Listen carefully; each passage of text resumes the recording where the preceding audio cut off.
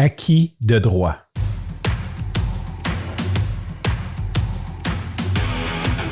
Il aime le code.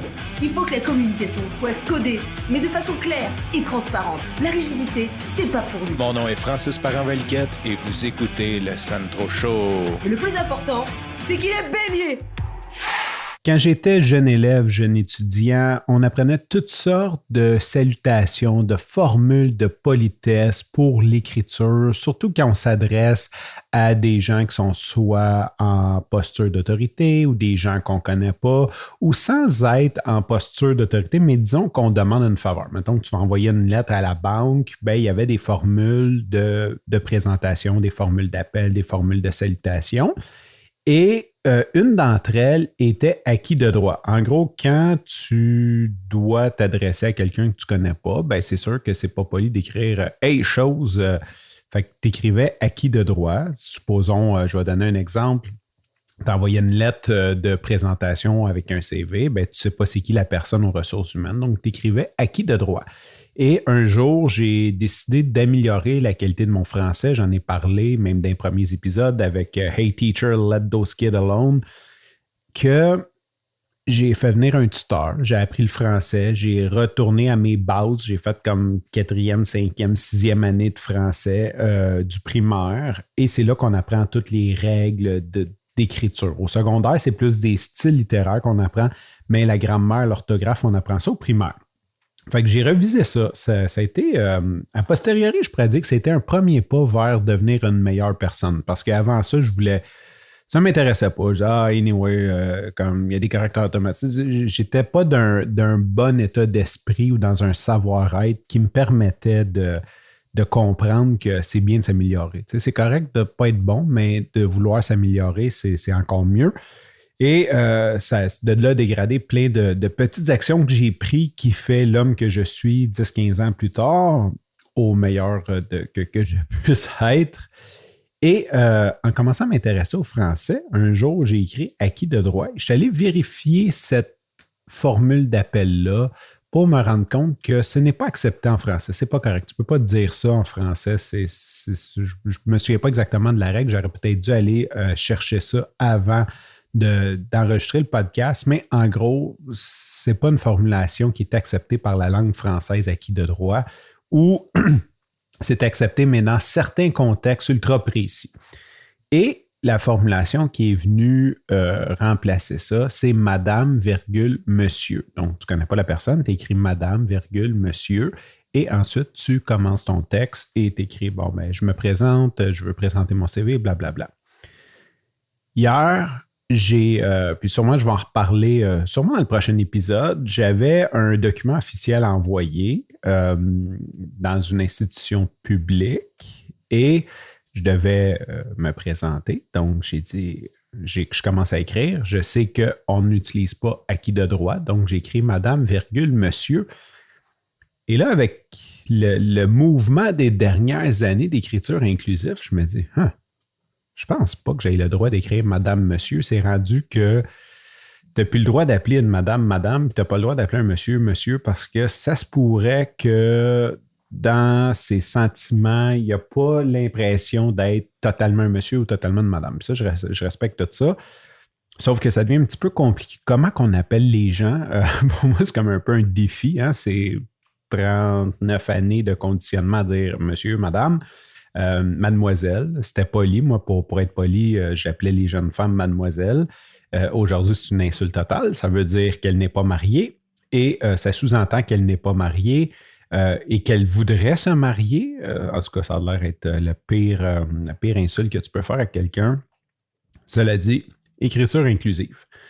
Là, je me dis, OK, comment j'écris madame, monsieur sans écrire madame, monsieur, sans écrire acquis de droit?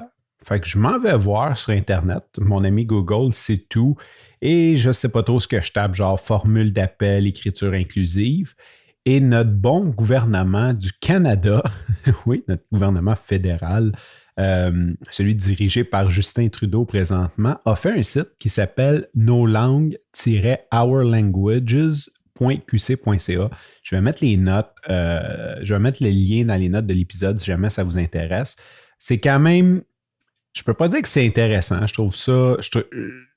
Je suis mitigé sur l'importance de ça, mais je vois que c'est un trend qu'on va devoir écrire de façon inclusive de plus en plus. On va devoir s'y conformer comme aujourd'hui, il faut s'attacher en auto. Je veux dire, c'est quelque chose que... Il y a un jour qu'on pouvait se promener en auto, pas de ceinture, on pouvait se promener en moto, pas de casque, puis un jour qui ont dit, ben ça prend des casques, puis ça prend des ceintures, puis il faut plus boire en auto. Ben, il y a une transition. Ben, on est dans cette transition-là présentement. Ce que j'ai lu, ça fait quand même longtemps qu'il y a cette espèce de transition-là, si je ne me trompe pas.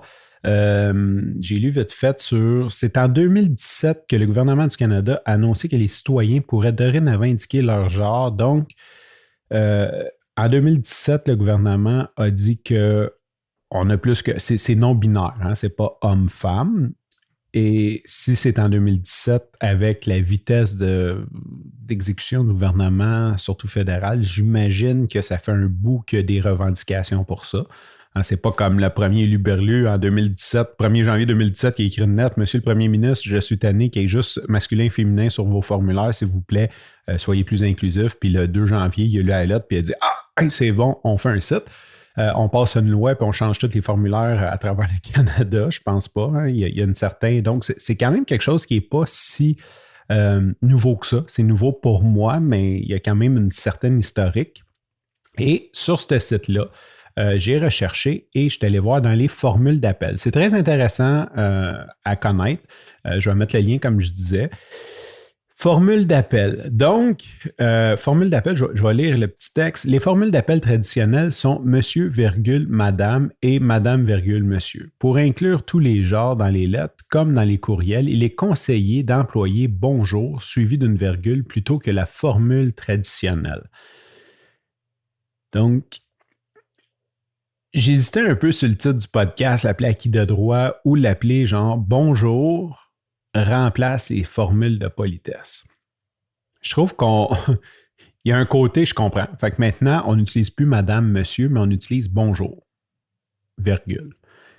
Puis, j'ai pas de problème avec ça, mais il me semble que je me suis fait marteler dans la tête toute ma jeunesse, ces maudites formules de politesse-là, le vouvoiement, le ci, le ça. Puis là, c'est comme...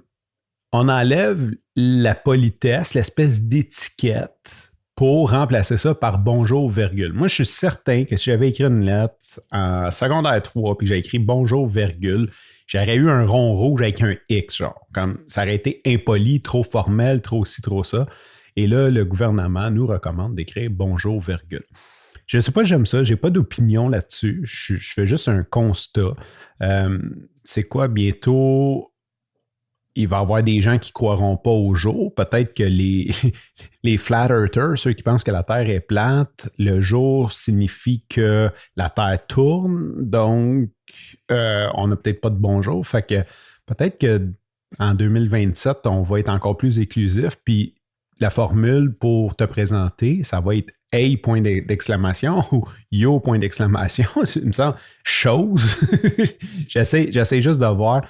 Je trouve quand même, petit commentaire personnel, qu'on commence à perdre.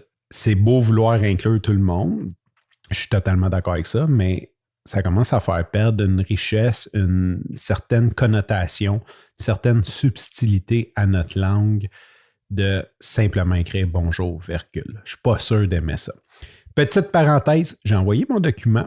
Et j'ai reçu un courriel automatisé de confirmation. Je vais te lire juste la première ligne. Madame, virgule, monsieur, virgule.